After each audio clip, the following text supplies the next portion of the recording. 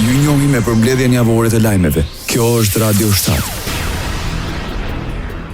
Komisioni Evropian konfirmoi heqjen e të gjitha masave financiare ndaj Kosovës. Vendimi u bë i ditur gjatë debatit për raportin për Kosovën që zhvillua në Parlamentin Evropian. Mund të konfirmoj se Komisioni Evropian ka liruar të gjithë ndihmën financiare që më parë ishte nën masa dhe gjithashtu po planifikojmë të riangazhohemi plotësisht me homologët tanë në Kosovë në mënyrë që ta rikthejmë Kosovën në rrugën e duhur në agjendën e saj të Bashkimit Evropian, tha përfaqësuesi i Komisionit Evropian, Jiri Pliceti. Edhe Ane Campaign, nga Shërbimi i Jashtëm Evropian, deklaroi se fundjavën e kaluar në Prishtinë fal lehtësimit të Bashkimit Evropian u gjet një rrugë përpara për zbatimin e ligjit për të huajtur në Kosovë. Kjo marrëveshje, sipas përfaqësuesit evropian, është një dëshmi se dialogu sjell rezultate. Normalizimi i marrëdhënieve, siç u tha, mbetet kusht kyç si për Kosovën ashtu dhe për Serbinë për të përparuar në rrugën evropiane.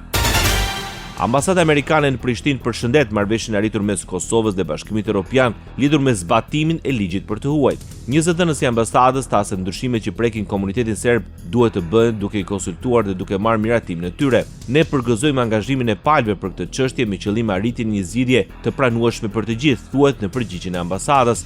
Qeveria e Kosovës u pajtua të ofrojë leje të përkohshme qëndrimi dhe të njohë letër njoftime të lëshuara nga strukturat paralele për një periudhë 12 mujore.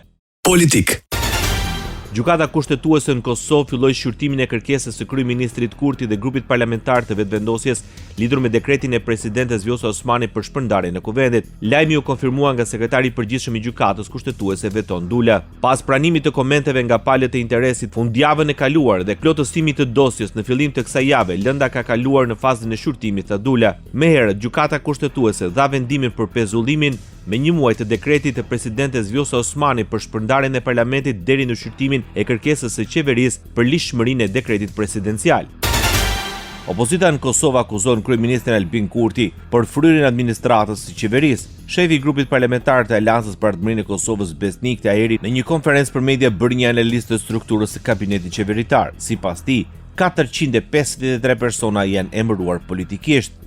49 kryeministri, 64 tek zavendës kryeministrat, total 2+1 në zyrët kryeministrit, 238 të emnuar politik me një nënshkrim në përministri, të zavendës ministrat 102, kjo qeveri i ka 453 njerëz që mundet me i emnu politikisht.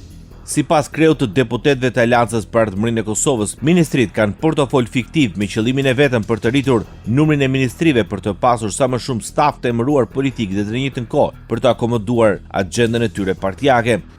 Në përqindje, 46% janë këshilltar politik, 17% jashtëm, 37% janë në punë civile. A jeni të e pa do të thotë mbi çfarë baze është ndërtuar struktura e kabineteve sipas kategorive. Radio 7, zëri pozitiv i qytetit. Ministri i Mbrojtjes i Kosovës, Eyüp Maqedonsi, deklaron se raketat e reja balistike që Serbia i ka bler nga Kina janë sulmuese dhe jo mbrojtëse. Sipas tij, ato janë kërcënim për të gjitha vendet e Ballkanit. Maqedonsi tha se nuk është hera e parë që Beogradi kryen blerje të tilla duke rritur shkallën e militarizimit të vendit. Këto raketat e fundit e kanë natyrën e raketave që janë të dizenjuara për sulme dhe duke qenë të tilla paraqesin kërcënim, jo vetëm për Republikën e Kosovës, por për të gjithë rajonin e Ballkanit. Kjo po tregon edhe më tej qasin hegemoniste të Serbisë dhe tentativën për të dominuar në aspektin ushtarak ekonomik, por dhe në aspekte të tjera në Ballkanin Perëndimor, shtoi Eyüp Maqedonsi. Kombinohet blerja e raketave të tilla me çështjen politike në raport me Fqin, atëherë është kërcënuese për këtë regionin dhe me vërtet është me rëndësi që NATO ta marrë seriozisht jo vetëm këtë blerje, por këtë militarizimin e Serbisë.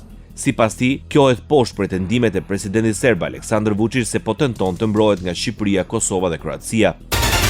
Prishtina zyrtare shpreh rezerva për editorialin e përbashkët të kryeministrit Edi Rama me presidentin e Serbisë Aleksandar Vučić.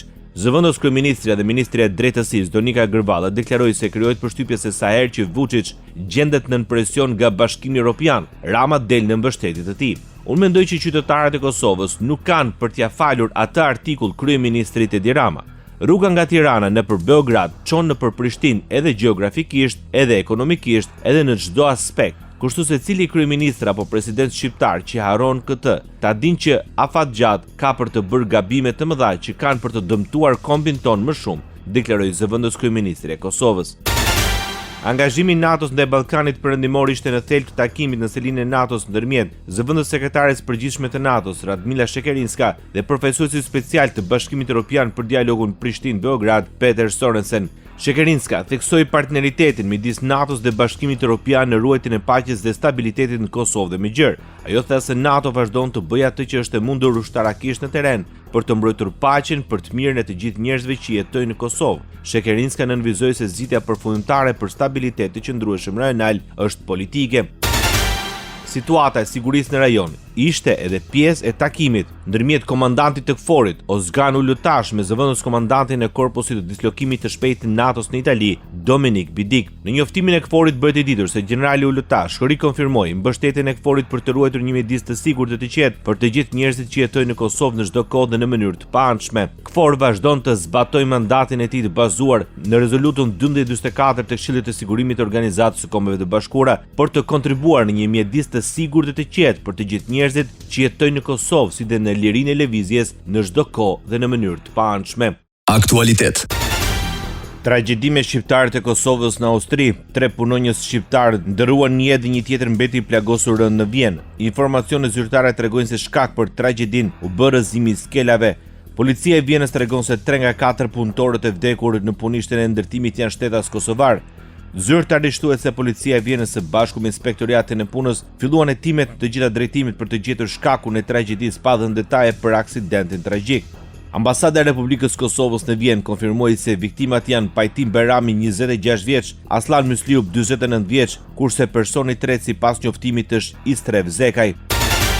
Krerët më të lartë të qeverisë dhe shtetit në Kosovë shprehën keqardhje për tragjedinë. Përmes një postimi në rrjetet sociale, kryeministri Albin Kurti ka shprehur ngushëllimet e tij për familjet e viktimave.